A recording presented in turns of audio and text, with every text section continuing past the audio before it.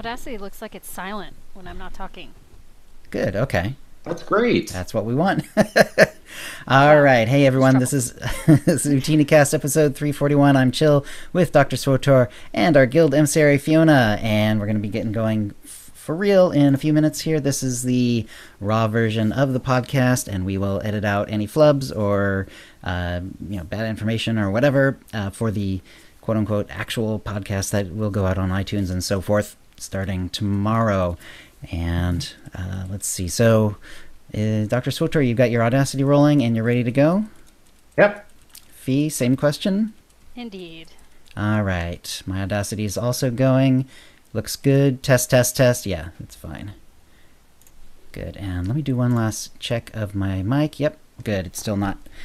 Sometimes the Hangout loves to take over my mic, and this time I think I've finally beaten it down. So I think we're okay.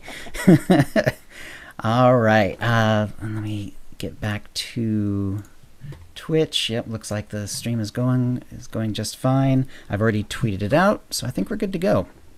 Give me just a minute here. I'm going to have a little water, and we'll get the show rolling.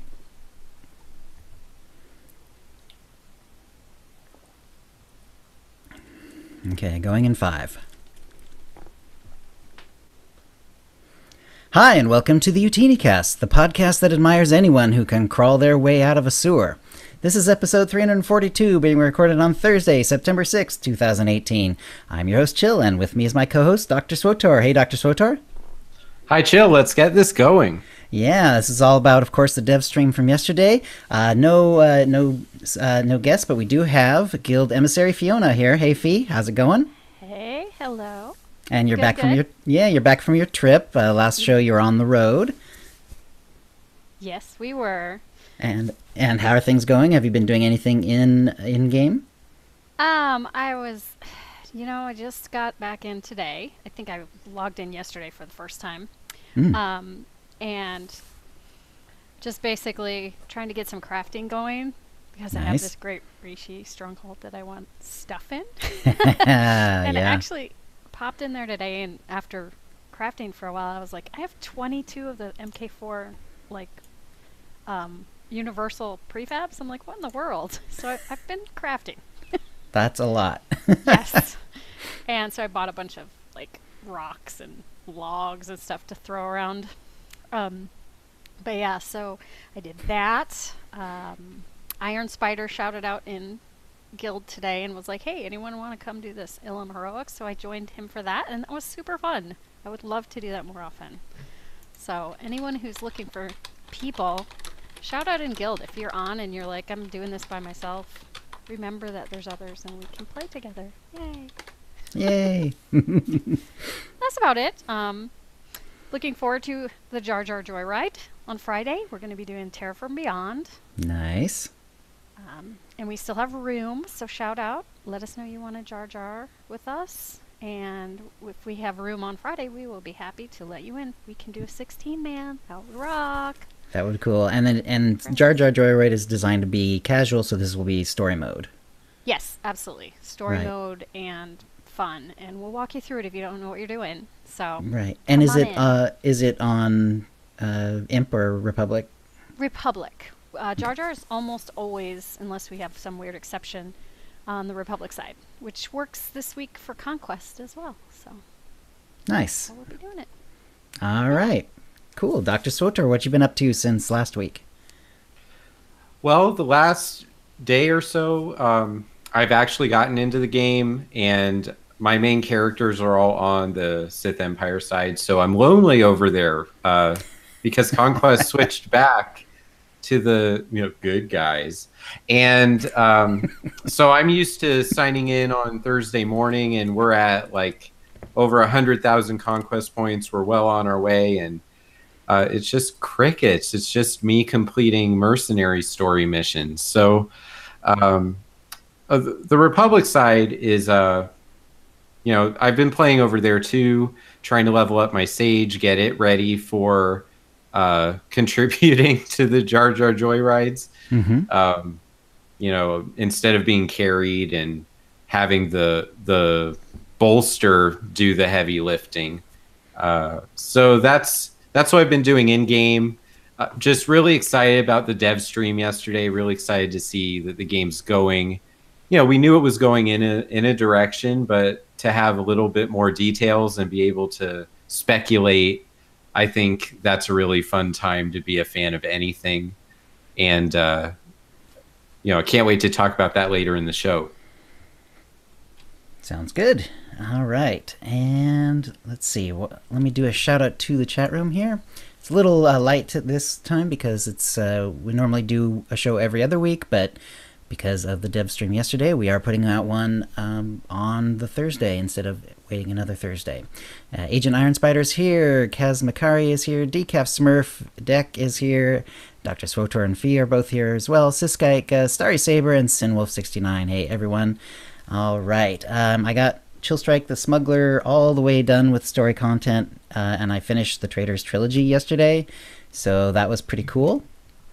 And I did it was really nice seeing that one again. I do like the story that you get in those 3 flashpoints, and so basically I'm not sure exactly what the next step is. I guess I will just level up and gear up this character and then the mirror character.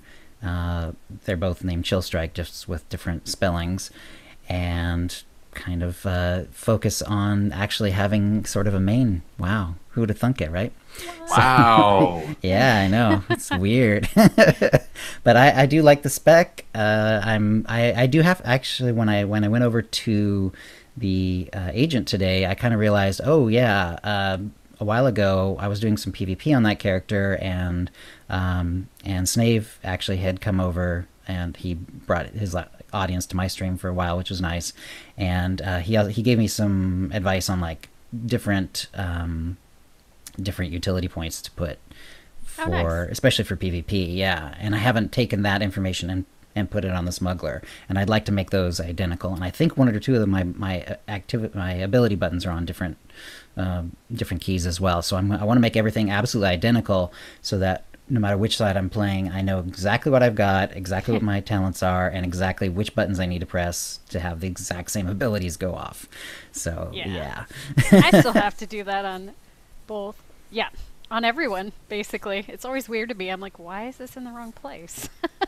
Yeah, so, and I got, turns out I had a bunch of the right kind of gifts to give. Copy Spar, I got her back, I think, right before the last show, I think, so I think I already talked about that. But I got a Copy Spar back on the Smuggler, which is really cool. Also, that's the same conversation that lets you get Mako as well. So if you have access to either of those conversations, you can kind of get both companions if you like those. It was nice to have a Kavi back, and also she's now like level 42, which is really nice. She's very, very powerful. And then when I went back to the agent, she has Zio, who I love. I love Zoom, or ZOOM, or however you want to call her name, the droid. And she's actually only in the mid-30s, so I have some work to do for her. That's it's a long way to go. But yeah, so that was actually pretty cool. Let's see, I think both characters are in the low 200s, so I've still got a bit of work to do on both of those to get to 300, and then of course to get the final level of gear. And then of course, we know from the roadmap there's going to be a tier 5 gear coming up, so we'll be talking about that in just a moment, because that's going to be the main thrust. I do want to quickly go over the tip of the week. We didn't have anyone send in tips within the last few days, so no tips this week. Last show's winner, however, Agent Iron Spider, did let us know he got a couple of interesting things in his pack that we sent him, as his prize, which included the emote air drums, which I think is funny, and the Midnight Racers armor set, which I haven't actually seen, but the icon of it looks kind of cool. So I think it's kind of sleek. I think that's one of the ones I kind of like. Yeah. It's not exactly Mandalorian, but it's definitely kind of heavy armor in a way. But it is very sleek. It looks very cool. So if you do have tips, send them to OotiniCast@gmail.com before the next show for a chance to win a Tonfon or M83R Droid pet code, courtesy of BioWare, and a new OotiniCast provided Cartel Market Pack from the latest shipment. And that'll bring us to the Holo Feed, which is where we're going to talk about the dev stream and the roadmap that came out yesterday. So it went on yesterday, the 5th of September at 11:30 a.m. Pacific is when it started, and it's still available. If you go to like their Twitch page, you can see it as, you know, an archived document there. And I'm not sure where else it is. It might be on. Well, I think Delphi has put it up on YouTube as well. So you can. It's definitely out there and easy to find if you want to see the whole thing. So they were talking about basically two important things. The roadmap really didn't go further than these two things. They only made some very vague references to things beyond 5.10. So it's 5.9.3. That's the Fame and Fortune one that's coming out later this month. They weren't quite able or quite ready yet to pin down the exact day that they're going to release it, but it's supposed to be late September. So that's 5.9.3, and then 5.10, which is going to be called Jedi Under Siege, and that's going to be later this year. So yeah, and let's see. I was interested to see to see about the new Warzone. It's another Hutball map, and this one's set on Vanden. Vanden is the planet. It's like a gas giant planet that you see in the Profit and Plunder chapter, which is where you get Galt and Vet back. If you remember that from the Kotfi Kotet series of chapters. So that's the Vanden one, Profit and Plunder. And that's where the Hutball is going to be. And the screenshot looked really cool. We do now know that they have it on the test server, and they're making changes. I have a little bit of show notes a little bit of notes about that at the end. I'm a Hutball fan. I do enjoy playing it, so I'll be interested to see how this one goes. They did say that it was going to be more similar to the Nar Shaddaa one than similar to the Quesh one. And what it seemed to me that meant more than anything else is the Quesh one has like the underlayer and then like the main layer, and also some ramps up above to actually score. So it's very vertical. Quesh is very vertical. Nar Shaddaa is more horizontal, and it looks to me from the screenshots we saw that this one was more horizontal as well. Still plenty of ramps, and you know, it's not like it's not like the plains of Kansas or anything, but it's basically it's basically designed to be horizontal and all on one level. The traps are slightly different, but there are a lot of those fire trap looking ones, so it'll be interesting to see if they actually are effective in any different way. There's also now a grappling hook mechanic, and it sounded like it was going to be defensive. There was a note today about how it puts you back in closer to your end of the map, so it's a way to be defensive. And apparently, you're going to click on it, or on the screen, and then it's going to allow access to a button, and then you'll be able to grapple. So, kind of like when you can shoot yourself up in the air on that one. Yeah, and like in certain like flashpoints, how they like to do that, like on Crisis on Umbara. I envisioned it sort of like the bat grappling hook, how like if Batman's flying into oblivion, he will just swing. Right. Because they mentioned that it's on a ship, it's in open air, and that's a way to die. So they also mentioned that it interferes with the hotkey that a lot of pro PvP players are used to setting up for themselves for throwing the Hutball. Right. Oops. So they're going to change that, they said, if I interpreted that comment correctly. And that's fine, but it sounds like it's designed to be something you can hit quick. Yes. If you don't want to plummet to your doom. And right. I just think that's cool. Really cool. Like, the ramps seem to have a really generous dosage of traps on them.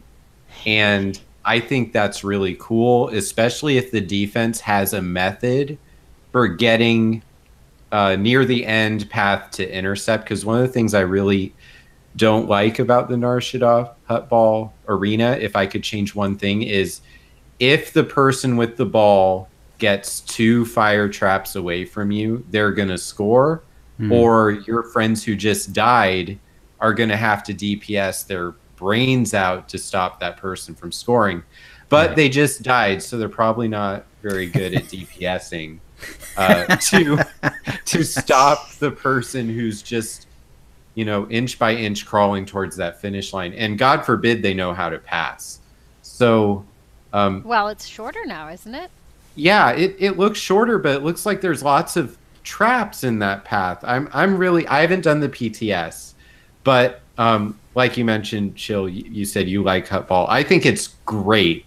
I wish I love did. it's the Star Wars sport. I wish there were 20 Yeah. maps for that game. It's like Quidditch for Star Yes, Wars. absolutely. Yes, that's so great, Fiona. It's like Quidditch, but for Star Wars. And like I hope they just are able to build off of Vanden. I remember, I don't know, Chill. Do you remember the first time you experienced the Profit and Plunder chapter? Did you have any thoughts about that planet, or do you remember like that experience?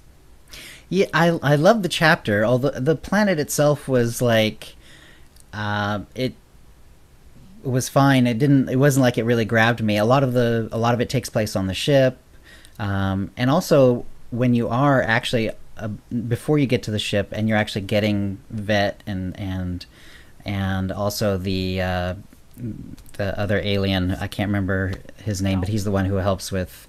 No, not Gall, but the one who helps with identity. He's the identity forger. Oh, yeah. We'll just That call guy. him the Forger. Yeah, and The guy in the a lot of cape. that sort of happens almost indoors, or like there's plenty of like room. It's not like you're in any danger of falling off the side. So in that sort of terms, I didn't. The planet itself was neither here nor there for me, kind of. But and in fact, when they first flashed like the picture, but I hadn't read the actual description, I actually thought that they were doing the Rishi thing. I thought it was actually like the Rishi stronghold ship, only a variation on that. But it turns out no, they set it on Vanden. So it looks so they made it more like industrial. There's a lot of like industrial stuff around. So it looks, let's see, in the in the chat here, it looks like there's different kinds of traps in this map. There's like a fire, which is what you expect, that does damage but is somewhat survivable, a stun that also removes about half your health, and a gas trap that will straight up kill you. So that's kind of cool. So we'll see how that actually works in the actual game. Yeah, I think it's cool to have multiple, because you have the fire traps in Nar Shaddaa and you have the acid traps in Quesh. And that's cool. And also there's like the little pools of acid in Nar Shaddaa, but I don't really view those as a trap. That's just a IQ test. And well, the nice thing about those is like if you have a pull or a push, you get to put the enemies in it, which is nice. Yeah, and then the stun people can jump in and make it really annoying. So yeah, that's true. I asked you about Vanden because I remember the experience of doing that chapter and being like, they created a new planet for this chapter. So we had Zakul and we had reached Odessin, and those were like major plot devices for Kotfi.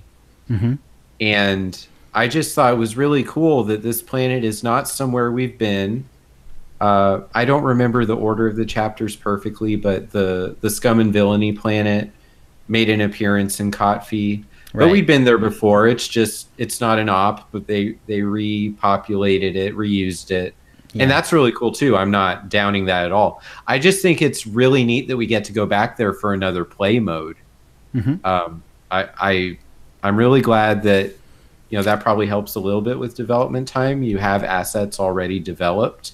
Right. Yeah. And BioWare, keep doing it. I am a fan of the Yavin 4 Alderaan Civil War map.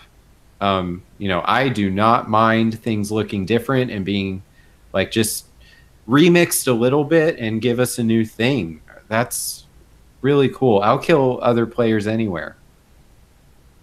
Absolutely. Or they'll kill me.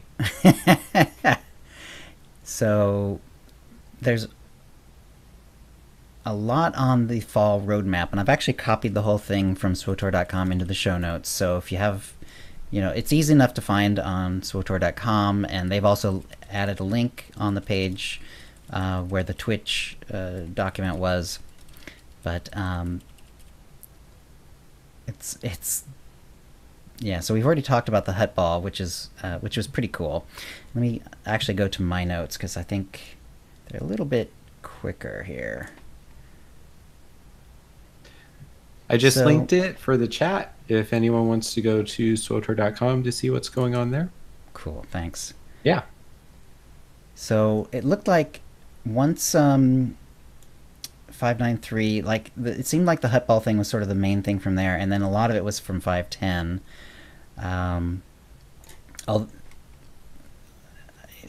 Were they specific on when the guild changes were going to happen? Was that a 510 thing, or was that more of a 593 thing?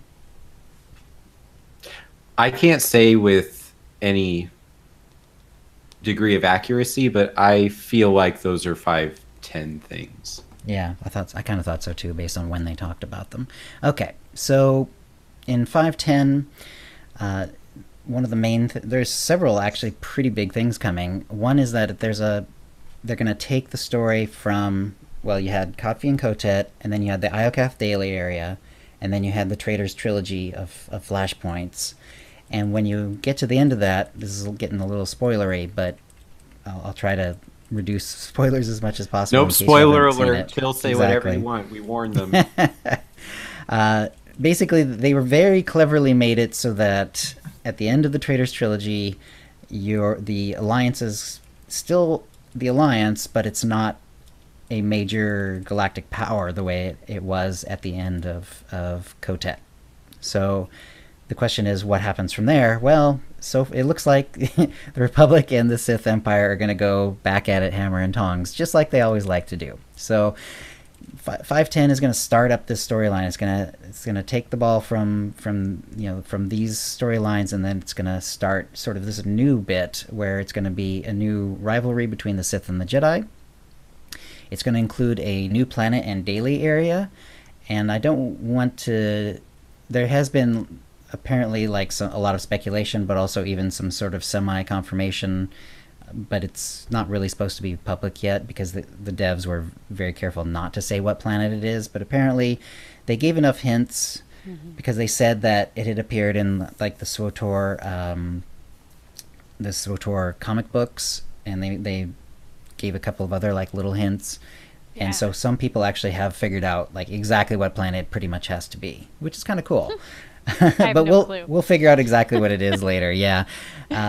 So there's going to be a planet with a storyline, and it's also going to be a daily area. It's going to be for the Republic and the Sith. So that's going to be pretty cool. We know that there's also going to be at least one world boss. They said world bosses, but it wasn't really clear if that's one boss, and of course it would just respawn, or if there are in fact more than one world boss in some mode there. But so we know there's going to be dailies, or we know there's going to be a world boss, at least one. So that's pretty cool.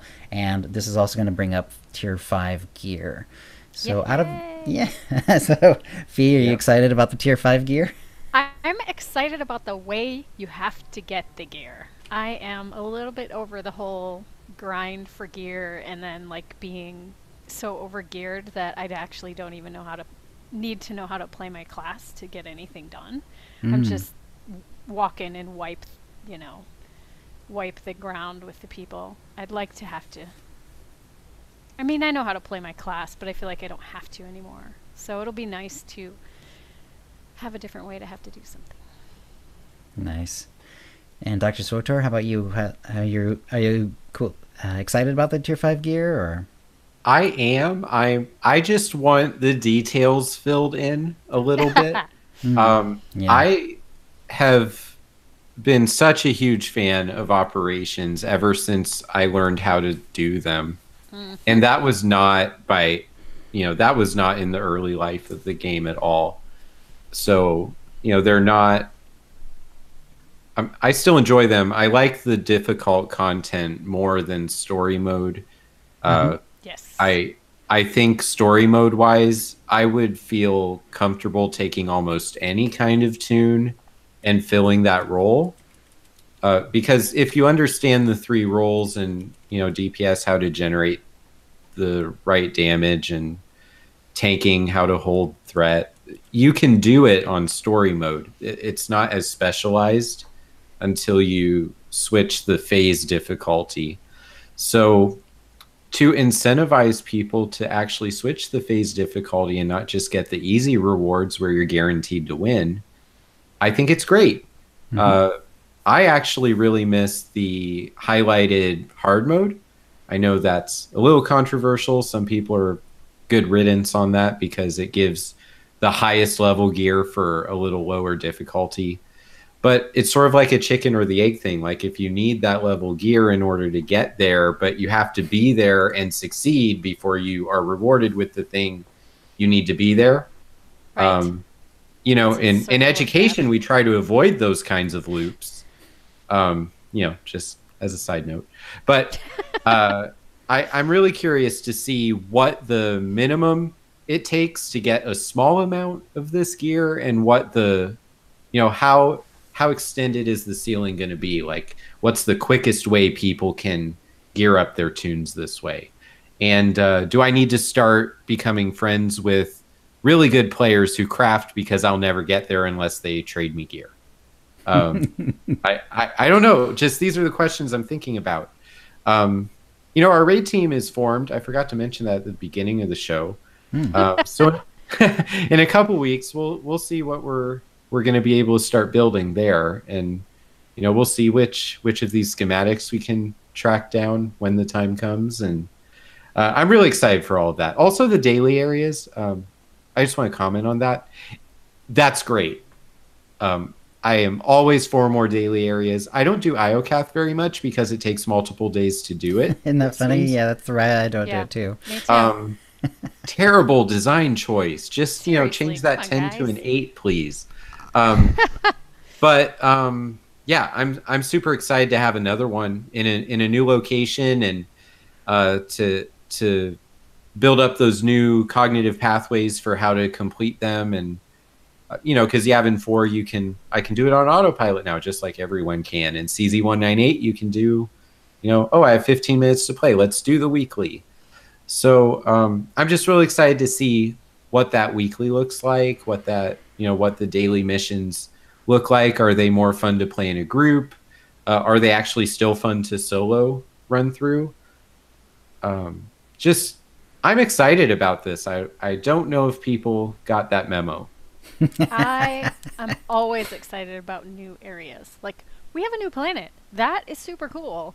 And, like, this game already has an immense amount of places to explore. And I think we forget that because we're like, well, I've been everywhere. Meh. You know, it's like, no. But they're giving us another one. How cool is that? And it's going to be like a cool Jedi wacky. Who knows what's going to be? I'm excited. I'm excited too. Oh yeah, there's in the roadmap there was a couple pictures that seem to be from this new planet. One is clearly like some sort. It could be the world boss. It looks like an operation fight with, you know, a bunch of tiny little characters shooting up this gigantic droid. That's sort of, it's vaguely insect-like, this droid, even though it's also kind of rearing up on its two hind legs at the same time. Very cool looking, and it's absolutely huge. So that seems to be one of them. Very nice looking too. And then the other one that seems to be, I would guess, from the new planet would also be the final picture with lots of like purples and greens and a bunch of characters. Sort of looks like they're looking at like a droid that's kind of inside a force field of some sort. It's not really clear what exactly the deal is, but it's a very nice picture nonetheless. So where are you seeing the pictures? Are they on the SWTOR site, or were they? They're in the show notes, and they're also on the SWTOR site. Oh, well, I wonder why I didn't notice it. Well, actually the show notes, when I copy pasted them, then the pictures get sort of automatically downloaded. It's possible that you're not downloading them for some reason, in which case you go to swotor.com and get the show notes there. I just read the show notes from swotor.com, so maybe I wasn't paying attention. I was just reading words. It's possible. Right. Yeah, and then they're also looking at what happens to what if you were helping the opposite faction on IOCath. They weren't willing to give the answers yet, but they are aware of that situation, clearly. And I mean, clearly they set it up so people could do that, and that they had included that possibility for some reason. So it doesn't seem like they're going to get rid of that. Like, it doesn't seem like everyone's going to be forced to go back, to republic to republic, empire to empire. But it's also not clear what changing faction means, like what it would actually unlock, if anything. Maybe only the new planet. Can you go to, like, the fleet? Can you go to the fleet? Can you go to other sort of Imperial only areas if you were a Republic character or not? They were very reticent to say what the details were on that. But it's clear that in some sense they are including some sort of switchover in this new paradigm. What did you guys think about that? I think it's really cool. I like to look at things with compartments and categories. So, even going back to my research, one of the questions I was most fascinated about is what % of our population in the game plays Republic versus Empire? Mm-hmm. Normally, when you have two choices, it just happens to be 50-50. I don't remember what it ended up being. I'm pretty sure most people play the Sith Empire, but I might be wrong. And it's probably shifted since then.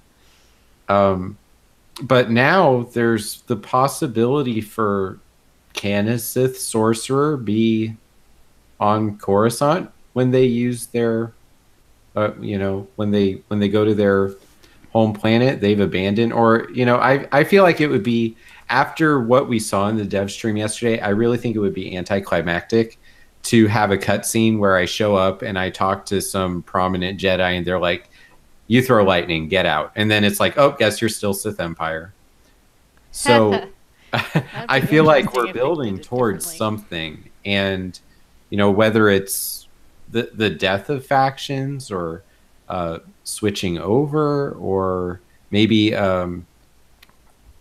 a Flashpoint storyline where the next Flashpoint is a siege of the fleet and you're either defending the fleet that you chose or taking it over, sort of like how Korriban Incursion and Assault on Tython, the dialogue and the actual characters that you're fighting change, but the mechanics are the same.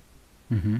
Depending on which side you are, and the order in the story changes, but they're the same Flashpoint.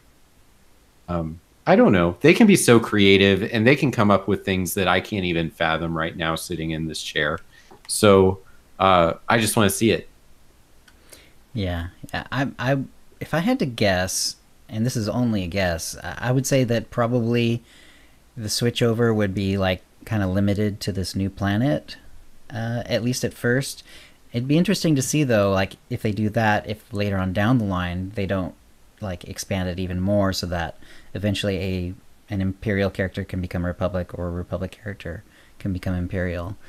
It's kind of fun just to have this sort of shake-up anyway, because it's been one side and the other pretty much since the beginning. The Eternal Alliance sort of mixed things up a little, and now we're sort of like, it's like we're getting this synthesis of, we had the original strong dichotomy, then we had the mixing with the Alliance, and now we're sort of getting like this interesting mix between the two, where it's going back to the two factions, but there's going to be some sort of crossover. I think it's pretty cool. Let's see, the other thing that they really hammered on for 5.10, we believe, is the guild improvements. And so Fee and Deck will probably be interested in these. Did any of those really stand out to you, Fee, before I just kind of go through them? No, not really. Yeah. I just read it this afternoon and kind of tried to, go on over it, and then we'll see if it sparks anything in me. Yeah. The new Jedi planet was what I was like, so I may have like spaced on the rest of it. Right. Well, some of them are very much along the lines of just sort of quality of life improvements. So you'll have guild inspection, which means you can look and see, you can learn about a particular player's guild, and it sounds like the guild master will be able to sort of control what gets shown when someone does that. So that's kind of interesting. There's going to be like guild mail for at least for the leaders of the guild, and that can be, maybe that can be expanded beyond the first few people, but you can just mail something out and it'll go to everyone in the guild. Yes, that is cool. I like that idea, because that makes marketing things like the Jar Jar Joyride easier. Yeah, exactly. Which is what it is. It's marketing. Yeah, right, exactly. The guild message of the day is helpful, but that's only one way, and this will be a different way, and it'll be it sounds like it'll be more robust in a way, because you could send out a message, 2 weeks ahead of time, then 1 week ahead of time, then like 2 days ahead of time. Right. And that way, whenever someone checks their mail, they will see it. So which is really cool. Banned by legacy. So like if you have a weird situation where like a player keeps creating new characters just to come and, harass your guild, you can actually ban their whole legacy. So that's kind of interesting. That's actually a good idea. Mm-hmm. And let's see. And then it's funny, but the guild improvement stuff kind of got semi-covered by the picture of Eric. And so like some of it was not like completely clear, but we sort of got, what they were saying from what they talked about later. The other thing was progression is going to be interesting. Like there's going to be some progression in Conqueror sort of changes. Heraldry, which was on the list, but they didn't talk about a lot. I'm not sure exactly what that's going to mean, but I guess the guild will maybe maybe the guild will have like kings and queens just pictures. I mean, like there'll be icons for your guild, and I'm not sure where they would show up, but it sounds cool. Oh, that makes sense. I guess I was thinking of it completely different. I was thinking of it more like what we already have, which we'll see. Mm-hmm. It seems like we might be going in the direction of inspecting the player, and we can tie in our guild and what we do in the real world in the game into the game. So I don't know if this is what they meant, but when I hear the guild heraldry, I think maybe scrolling over my character, just like we can see their gear and you can inspect me and see if I've taken the time to augment my stuff. Maybe there's a different menu like inspect heraldry or inspect guild, and we could put the Utini Guild's website, and we can put members since maybe the guilds will actually become a more established piece of what SWTOR is doing game wise. Membership in certain guilds might become more important. Like you can join a guild right now and you do get that experience boost, but once you're in, I don't know. It just seems like the guild life is becoming a focused feature, and that's cool. It does. Yeah. It seems like it's more important to the players who have stuck around this long. Like being a part of a smaller community than the whole community is an important thing. And even the crossover, like Starforge has, you guys in the working class nerds and doing things that I would love to be doing, so to be a part of more than one guild on a different, I don't know, it's just kind of cool. Right. The guild, one of the other guild improvements is going to be PvP challenges, which is kind of a fun idea. That's fun. Yeah, they didn't really go into detail, so it's hard to say exactly what that's going to entail, or if it's just for fun, or if there's actually going to be potentially like some sort of rewards for it. There's going to be, it sounded like there's going to be some sort of changes to the way like Conqueror is like gone over like the week before, so that like guild masters can find out more about what their guild has been doing inside the game. Sort of a conquest review. So I'm not sure exactly what that's going to entail, but that sounded like it might be useful especially for larger guilds or guilds that are like really serious about pushing for certain ranks and certain conquest conquest levels and so on. And let's see, and then lots more ranks of inside the guild. So they actually weren't saying the exact number, but it was going to be a large number, and you can give different permissions for every level of rank inside the guild. So we already have, there's already a number of ranks you can have, but I mean, I guess some people just want to have like massively different permissions for like different types of people, I guess. And there they go. Yeah, So that's interesting. they'll have it now. Yeah. I was kind of confused by that too. I was like, why do you need more? Okay, that's Just, fine. Yeah, I guess some people just like that level of granularity. So I mean, the membership can go up to 1,000 players, right? I mean, if you had a guild who pulled that off and said, we have side guilds and stuff for alts, and you can only have one tune in the real guild, and they had 1,000 people, you might want to have 35 different ranks, because you have your officers, maybe you have like 5 to 20 of those, with a 1,000 people, different people guild. Right. I don't know. There's room to have specialized titles that only one person has because of the specific thing they do. And maybe right. Maybe with the cap that we have right now, most guilds don't go to that level of detail because that's a rank, and we can't give a rank away just for one person. Right. Yeah. And one of the other suggestions in the chat was ranks for RP purposes as well. Certainly true. That would be useful as well. I imagine the RPers will applaud this when it comes out. And speaking of that sort of thing, there's going to be some companions returning as well.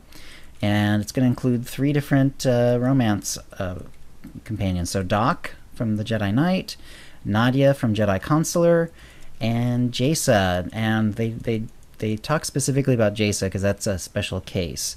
If you do the Jaisa storyline on the Sith Warrior, at one point you're essentially asked to make a choice. And what they call that is dark side Jaisa and light side Jaisa. Essentially, she kind of changes after that, and she can be sort of more of a light side, even though she's with a Sith Warrior, or she can become a dark side Jaisa. And Dark side Jace is way more fun. she goes way dark too. She's way into it. Yeah, she goes a little nutty, man. Yeah, she's like she's scary dark. There's what makes there's it so dark fun. and there's scary dark. Yeah, it's a very interesting choice. So they have committed to dark side Jaisa coming back at the same time as Nadia and Doc. Light side Jaisa apparently they're working on, but it's not quite there yet. So they'll try to bring that back at the same time. If not, they didn't commit to it, but it certainly sounds like they are going to bring light side Jaisa back as soon as they can as well. So and I believe Liba in my stream the other day did some looking up for me, and apparently after that Kira will be the only romance companion who will not have come back at that point. So almost all the romance companions for both sides, for all classes, for both sexes, have come back, but Kira's not yet. So hopefully Kira will be coming back soon. It's also really adorable how much of our community during the live stream really needs that romance with Kem Vol. So I just needed to mention that. Good job, SWTOR community. Yeah, I'm always interested to see the characters come back. It's always fun to see those little conversations and find out what they've been up to and all that good stuff. So I'm enjoying that. It's one of the benefits of being an alcoholic is I will pretty much get to see all of these if I want to. Let's see. There's a few other things that they didn't really highlight on the roadmap, but they talked about. For our peers, not on the roadmap was a new decoration. So this is only inside strongholds, and it's going to be a hollow disguise, and it will let you change your appearance to something completely different. And so, for example, troopers, Imperial agents, droids, other stuff, and again only in strongholds, and it's intended for just RPing essentially. But inside the stronghold, you'll be able to take on this sort of very unique appearance that's not just armor changes, but actually changing what your character looks like. So that's Did pretty they cool. say if that's a feature that's tied to a specific stronghold, or is it an item that you can install into a hook in your? Yeah, they called it a decoration, so I imagine it would work in different strongholds. I imagine you're thinking of Rishi specifically, or Yeah, I was just thinking about if you could mix features together and RP Valkorion and then do a guild-wide PvP match where you have like I kill the Valkorian or something. right, like what if you just take Barris and all the people like that from the class stories and you could actually like pay cartel coins to add those skins to that item or That's something, funny. and just have like 16 people and it's just the villain match. I maybe that's too far out there, but come on, I can dream. Right. Some other things they mentioned. Let's see. They did re-emphasize that the 510 release date is later this year, so they're not pushing it out to next year. It's just later this year sometime. Again, we know that 593 is supposed to be late September. They didn't say the exact week, but in any case, that's coming up soon. One person asked about customizations for Twi'leks, and after making some jokes about the way that in just sort of interior to the actual game, like the character customization, the way it was designed was incredibly tangled and difficult to implement. So it's actually more difficult even on Twi'leks than on humans. So it's harder and it will take longer, but it is something that they're looking at. So if you've been wanting more customization for your Twi'lek, it is possible. It just won't be coming very soon. Eric also talked about the PvP Season 9 rewards. It's wrapping up this week. They're making sure the last few edge cases are done correctly because they've been working very hard to make sure that anyone who is cheating and win trading or using any other cheats were excluded. And we've talked about that in past weeks of what exactly the punishments can include, but it would always include removing or not giving out these Season 9 rewards. And so they're trying to find those last few edge cases, but they also said that there was even a few that were incorrectly on the punish list, and they were getting those off of the punish list. So it's good that they're being good. even-handed and watching out for that possibility as well. Good job, BioWare, for understanding false positives. Seriously. Right. Good science term there. Yeah. And no short-term balance changes coming for class balance. However, No, balance is perfect. Yeah. They did say if a game-changing bug comes up, that of course that becomes priority anyway. And no specifics given on the Tier 5 gear yet. So it'll be interesting to see, what choice they make for how it looks, but also, how exactly do you get it? And, and they did say at one point in the stream that they're looking at changes to crafting. So didn't really say whether that would include Tier 5 gear, but or maybe enhancements or whatever, or armorings, that sort of thing, but it's at least within the realm of possibility. And did you have any other notes about those before we do the last little bit of stuff that's come out since the dev stream? Did we mention Master Mode Gods from the Machine? We have not, actually. Yeah, they are working on that, and they are looking at 593 to be sort of like a wrap-up bug fix patch for Gods from the Machine the way it is now. And so they're intending that 593 will sort of get the last of the bugs out of Gods from the Machine, and then they are looking at doing Nightmare Gods from the Machine. They in fact were not going to do Nightmare mode, but the ops guys decided that they can do it, and apparently the the changes that they're making mechanics wise and so on are going to be among the, if not the most difficult fights that have ever been in the game. Yeah. Which is pretty cool. That was cool to read. For the story mode level, it's the most difficult story mode in the game. It is. So every level, it probably should become the hardest version of that level in the game. Mm-hmm. Well, I love that they specifically said, like, you walk in there, you better expect to die, basically. And Yep. if you make one small mistake, it's the end of the op for you, kind of thing. So Yep. I'm like, maybe we won't be getting there anytime soon. Nonsense. Let's just skip veteran mode, go straight to the hardest one. Straight to nightmare. You can't beat it if you don't enter it. Right. Oh, Right. also, how are we supposed to take master mode seriously when the developers repeatedly type, print, and state nightmare? Yeah. Yeah. Yeah. So let's just go back to what it really is. I It's agree. nightmare. I like nightmare. It's scary sounding. Yeah. Let's just do that. That can be a 5.10 change. And I think Chill, our podcast should take a healthy and humble amount of credit for this change, because we highlighted that people leave this game when they don't get their content, and within a week, master mode gods from the machine. Right. There we So go. They're on it. we have pull. Right. Okay, and let's see. One other thing that they did talk about, which was expanding the galactic command levels, and they basically said they're not doing it at this time, which also implies that Tier 5 is going to have nothing to do with getting them out of your CXP boxes. But they did say it may or even probably will happen at some point. So that was interesting, but it didn't exactly answer any questions about what that's going to do for upcoming gear, or when exactly that would happen. There's been a little bit of information since the stream in the last day or so, but not a ton. Basically, they did say that there is they're making some changes on the PTS to, mostly this was about the Hutball map.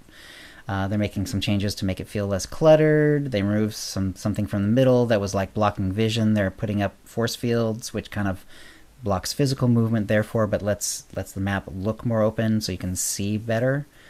Throw the Hutball will, in fact, now stay as the first pop-up slot if you also have the gravity grapple ability, which will address concerns for players who keybind the Throw the Hutball ability, which I actually do. Yep. So that'll be good. The gravity grapple ability should work when hit with a ballistic from all abilities, and a few other details that were sort of less very minor bug fixes. And let's see. To help alleviate some concerns such as being knocked into the pit, being punishing, and challenges and being able to defend properly, the central air vents on the map will no longer be random. Instead, they will always jump the player back to a defensive position on the catwalk. So the Nar Shaddaa one has those air vents, and they're very random. Sometimes they put you in the middle area, and sometimes they put you on the top catwalks in that middle area. It sounds like these they're not going to include that randomness this time. I just want to pose a point on that. If it's dependable where you're going to land, how is that a defensive tactic? Because last time I checked, the people who kill you the quickest shoot you. So Yeah, so if they know where you're going to be landing. right. Is that what you're saying? I'm wondering. Yeah, I wonder if it'll be one exact specific area, or maybe it's just maybe it can be random in the sense. Or that like it it'll be always blows you in the defensive direction, so it still has that randomness. Yeah. Yeah, it's fine to change stuff like that. I'm sure they thought it through. I'm not going to, in a split second, come up with an idea that they didn't consider. Right. I trust them. He also mentioned that the crit and shield changes are going to be in the next test server patch. So we've talked about this in past episodes, and mostly the part that interested me and therefore I remember better is the shield changes for tanks. With tanking the way that shielding worked, if it basically meant that the shield, because you can get something that either increases the chance that you're going to shield or the shield amount, and the shield amount was sort of useless in PvP because just the way the numbers worked, and they were making some changes so that shielding was just sort of more normalized and both stats are going to be, are either going to be, I'm not sure if they're going to be merged, but I think it's more along the lines of they're both going to be useful. So that will be interesting to see how that ends up being. I think it's good for all three roles to have their part played correctly. Yeah. And not to be useless. Right. And then Eric answered a question about the air vents, because someone was saying, hey, when I'm the ball carrier, I often go straight to the air vent and not to the ramps. That way the enemy team is confused as to where I am, and I have a couple seconds of breathing room instead of being hindered and rooted all the time. From what I understand, after this change, this will no longer work and I'm forced to use the ramps. And then Eric says, you're understanding correctly. When a player uses the vent, it will take them to their side of the map defensively. You cannot use the vent offensively. And you're right in that it doesn't directly make the pit less punishing, but it does allow teams to play defense more easily. So that will be interesting to see what the PvPers think once they get to see that live, released live on the PTS. I enjoy when matches end and not in that tie, that 0-0 thing, and maybe Hutball that doesn't happen too much anymore. I don't think we need more defense in a match like that, though. Void Star also, different kind of match completely, but I'm always pro any change that blows those doors up faster, because I would rather have it be it's a given that they will get to the end. And then it's about, one team got there in 3 minutes and 15 seconds. The other one got there in 2 minutes and 58 seconds. So they win. Right. I'd much rather do that than sit there at the first set of at that first door. Right. Yeah. That's a terrible match. It's a terrible way to spend your time playing SWTOR. But I love the idea for the match. I think that it's important for BioWare to keep tweaking until they see the expression of their match play out the way they conceptualized it, so it's sort of that, the artist has the right to alter their vision, Greedo shoots first and all that stuff. Right. And Fee, any last thoughts about the roadmap? No, I'm just excited that they had so much to say. The new planet's going to be cool, the guild changes will be fun to see, and I wish I liked playing Hutball. I wish I was better at it. If I was better at it, I would like it. Right. And Doc, how about you? Oh, what? I mean, I like PvP. I've been doing it a little bit more because I need the unassembled components because of the space I've made it to in gearing my Satil Sean main healer. I need more 248 pieces. So I've been playing lots of Hutball the last couple weeks. Nice. I'm excited for, all of it. I can't wait for the new map.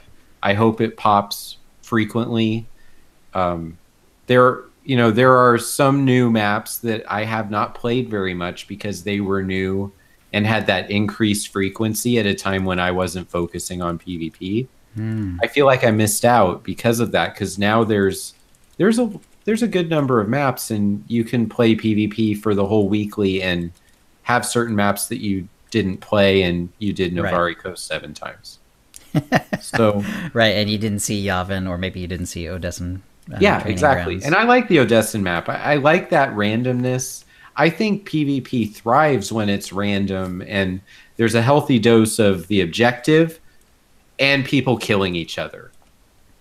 So. Yeah, and as far as the roadmap goes, I'm interested in the new planet and the new story, of course. As an Altaholic, I'm all about the story. And I'm looking forward to the Hutball too, just because when I do PvP, I always have a soft spot for Hutball, even though I'm not necessarily that good at it. So that's going to be a lot of fun. All right, we're going to go on to the force feedback, and Ducky sent in some information actually in the last show, but I'm going to put it in here. And Ducky said, I forgot to send in an email, but we're doing the Duck Hunt 500 and the Scavenger Hunt on the 22nd of September. So looking ahead, that means, assuming we do an OotiniCast in 2 weeks, which would be the normal cadence, it would be just after the next OotiniCast. And so it's going to be on the pub side, on Voss. We'll be starting with the Duck Hunt. go into the scavenger hunt, and then the 500 race, which is always fun.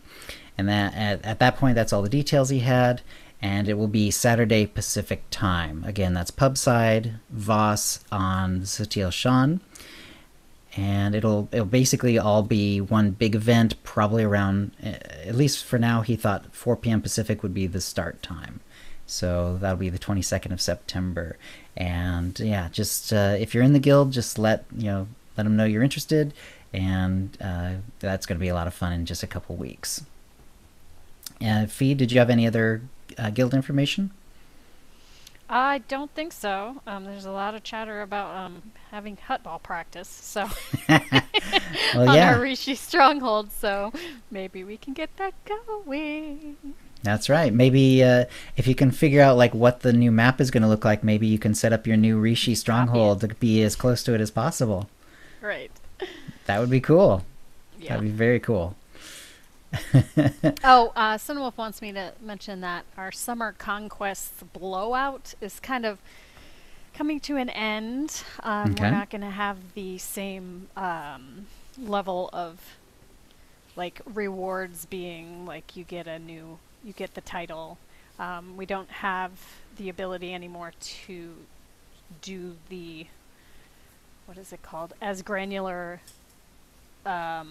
measuring who won and who did what. So basically Conquest is still going, and we're still going to swap back and forth as far as I know, but it's not going to be as much of a kind of push. So feel free to continue doing it. It's fun, right? So, but we're not going to have the level of granularity into it as we have this summer. So that's that. Very nice. Okay, then, that's a show. If you'd like to play with us in the Utini Knights Guild on the Republic side of the Sutil Shan server, or in our Guild on the Empire side, do a /C join Utini to join the Utini channel. Then let us know you're a fan of the show. You can email questions or comments about the show to OotiniCast@gmail.com. Follow us on Twitter using @OotiniCast. You can find contact details for all of us on our website, OotiniCast.com, which includes how to subscribe to us using iTunes, Stitcher, and the rest. We record the show live, bi-weekly on Thursdays, 6 p.m. Pacific. Go to OotiniCast.com/live to find out how to join in. Our theme song is Doomsday by Jean-Paul Zogby. And thank you to the chat room. All right, thanks everyone. Bye. And we'll see you next week. All right, everyone. Thanks for watching. We'll plan on the next OotiniCast being 2 weeks out. If we do have another huge news release, we could, of course, do another special show. I say special, but I mean, it'd probably still be on a Thursday. And so you guys take care, and we'll see you next time. All right, I'm going to stop the stream and stop the broadcast of the Hangout. You guys